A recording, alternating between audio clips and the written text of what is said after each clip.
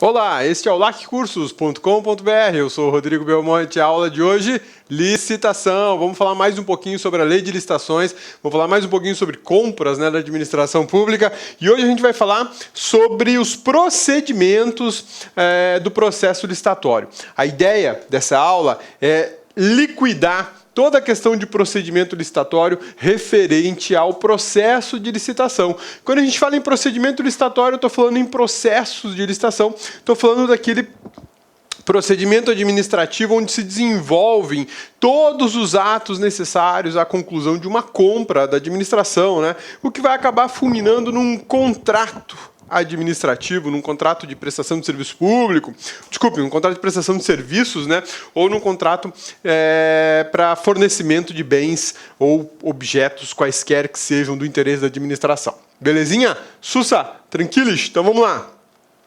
A licitação é um procedimento administrativo. A gente já sabe disso, que todos os atos realizados dentro do processo de licitação fazem parte de um procedimento ou de um processo administrativo. Você pode chamar de uma forma ou de outra, procedimento ou processo administrativo, não vai mudar muito nessa altura do campeonato. A própria lei de licitação regula e dá detalhes sobre o procedimento administrativo vinculado ao processo licitatório. E é isso que a gente vai estudar na aula de hoje. Detalhes importantes sobre o processo licitatório. O procedimento se inicia com a instauração do processo administrativo, que deverá ser autuado e protocolado e numerado. Bom, processo administrativo tem que ser autuado. Primeiro ponto, ele tem que ser autuado, ele tem que ser protocolado. O verbo o verbo seria protocolizar, E numerado. O que é isso? Numeração Vamos lá, por partes. Autuado. O que é autuado? Eu determino a instauração e a formalização de um processo administrativo. Abro uma capa, jogo as folhinhas lá dentro com a determinação de alguma autoridade para a iniciação do processo licitatório. Eu registro um objeto para aquele processo, protocolo, dou um número de início para ele, faço um registro no órgão e numerado. Esse número aqui é o que vai identificar depois o processo licitatório número 001/2015. Ele vai rodar na autuação, eu já vinculo ele a, uma licitação na forma de tomada de preço número 10/2015.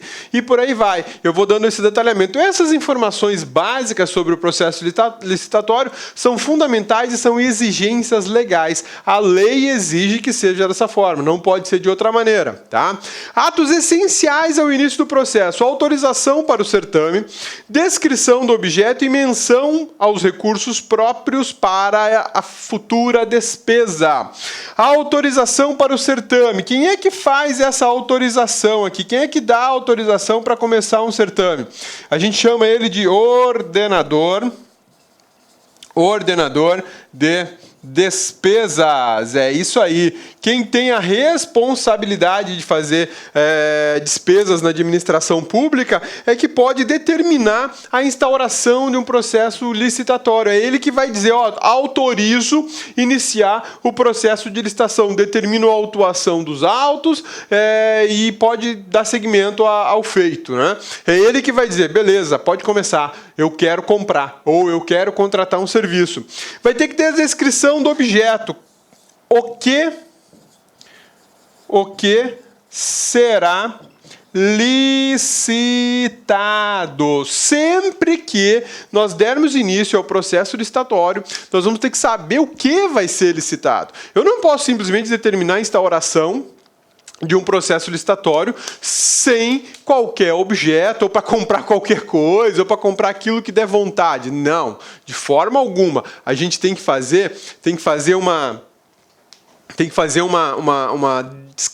discriminação do objeto que vai ser comprado. Lembra das nossas aulas iniciais sobre licitação, que o objeto da licitação não pode ter identificação de marca, ele não pode direcionar um tipo exclusivo de equipamento, salvo aquelas exceções legais de contratos que estão sob garantia e aquela coisa toda. Então, aqui, nesse momento, esse o momento processual administrativo que eu vou dizer o que vai ser comprado.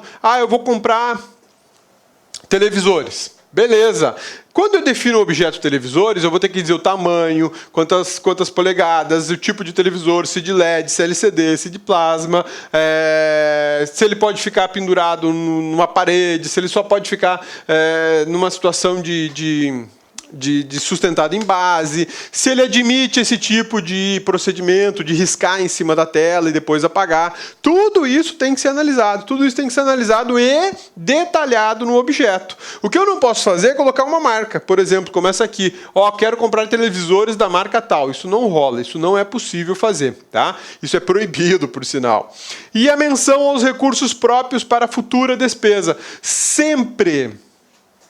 Sempre que a administração for adquirir alguma coisa, ela tem que providenciar recurso, ela tem que indicar que tem grana para fazer a compra. Tem exceção para isso? Tem. Quando a gente fala do sistema de registro de preços, lembra que a gente conversou sobre o sistema de registro de preços nas aulas iniciais? Lá no sistema de registro de preços não é necessário eu indicar o quantitativo financeiro que eu tenho para pagar a futura aquisição.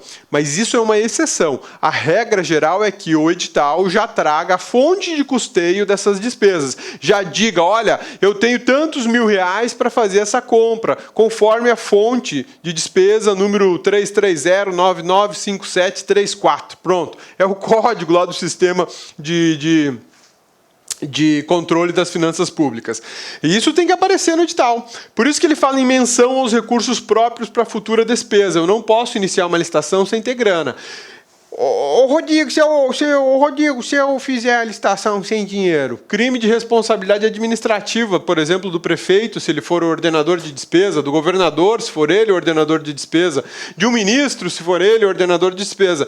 A lei 8666 exige que você apresente o indicativo financeiro, de que você tem orçamento para isso, e a lei de responsabilidade fiscal também faz essa exigência.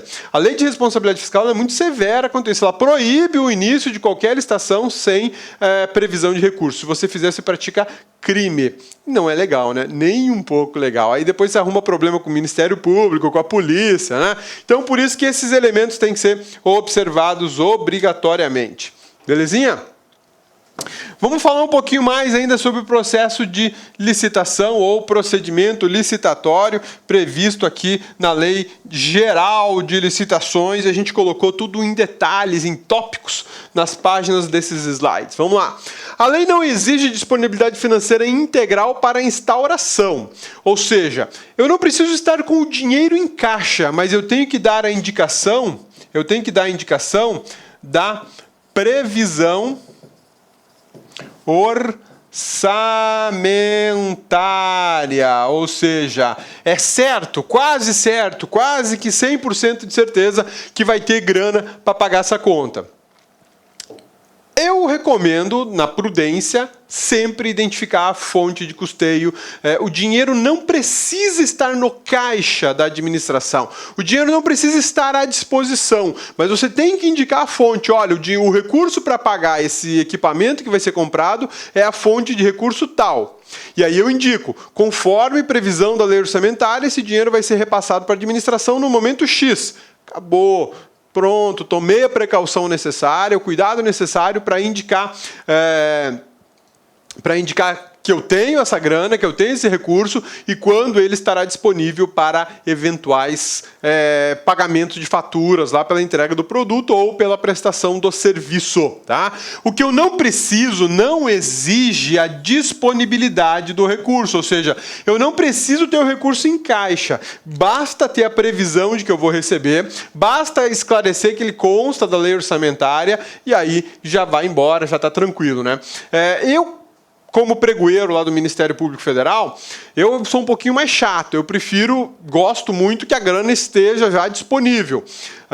Por que isso? Para evitar contratempos, evitar problema. Vai que acontece alguma coisa, a administração não repassa o recurso e você licita sem ter grana em caixa. Isso é problema, isso é um problema sério. Então eu sempre recomendo ao administrador que verifique a disponibilidade financeira. Tem a grana? Tem, já está na conta. Então beleza, vamos tocar o pau e vamos fazer a compra. Porque aí, apesar de não ser uma exigência, a administração pode condicionar a realização da licitação ao dinheiro disponível em caixa. Tá? Mas o que a lei fala? A lei fala o seguinte, que não é uma exigência, mas posso condicionar a realização? Pode, sim, às vezes vai ficar um pouco mais lento esse procedimento, mas não há problema nisso. A licitação vai ser realizada da mesma forma. Belezinha? Exige prova de que há. Exige-se prova de que há. Vamos arrumar esse slide já, né? Para não dar problemas. Cadê? Exige prova de que há recurso, né? Cadê? Aqui. De que há. Opa.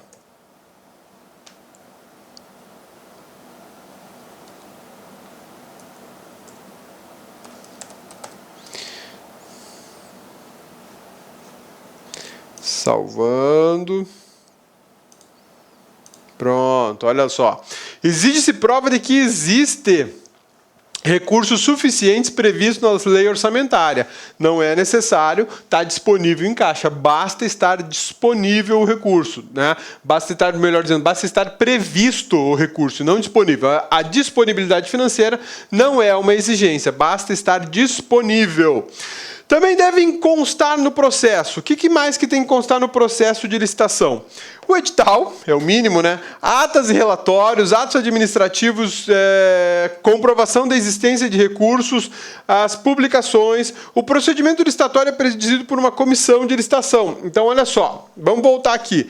O que eu tenho que ter nesse processo licitatório? O edital, que é a regra básica do jogo, eventuais atas de reuniões que se definiram o preço máximo a ser pago, quantitativos a serem licitados, eventuais relatórios que você, porventura, tenha produzido, atos administrativos de designação de comissão de licitação, designação de pregoeiro, equipe auxiliar, comprovação de publicação do edital. Comprovação da existência dos recursos, basta existir, desnecessário estar disponível. Como é que eu provo isso? Eu posso provar pela previsão na lei orçamentária, tá? Publicação dos atos referentes à licitação, o aviso de licitação, que é o aviso de que a administração vai licitar alguma coisa, isso tem que fazer parte do processo administrativo. Olá, meus amigos, minhas amigas, gostou da aula do professor top de linha, não é isso? Quer continuar assistindo essa videoaula? Aliás, quer fazer o nosso curso completo aqui do Lá Concurso? Ah, professor, quantas aulas tem? Nesse momento, nós temos 260 aulas bastante específicas, focadas no edital, aulas aí que atendem 100% do edital para os cargos de agente e escrivão de polícia. 260 aulas, tá certo, meus amigos? Olha só, curso nosso completo da Polícia Judiciária Civil, Polícia Civil de Pernambuco, por apenas 10 mensalidades de R$ 25,00 e você tem um período de acesso de 90 dias. Durante esses 90 dias, vocês aí podem assistir esse vídeo quantas vezes quiser e na hora que desejar. Ah, tem mais. Acesse nosso site, está aqui, ó, laconcurso.com.br e assista lá o nosso vídeo de análise do edital desse concurso.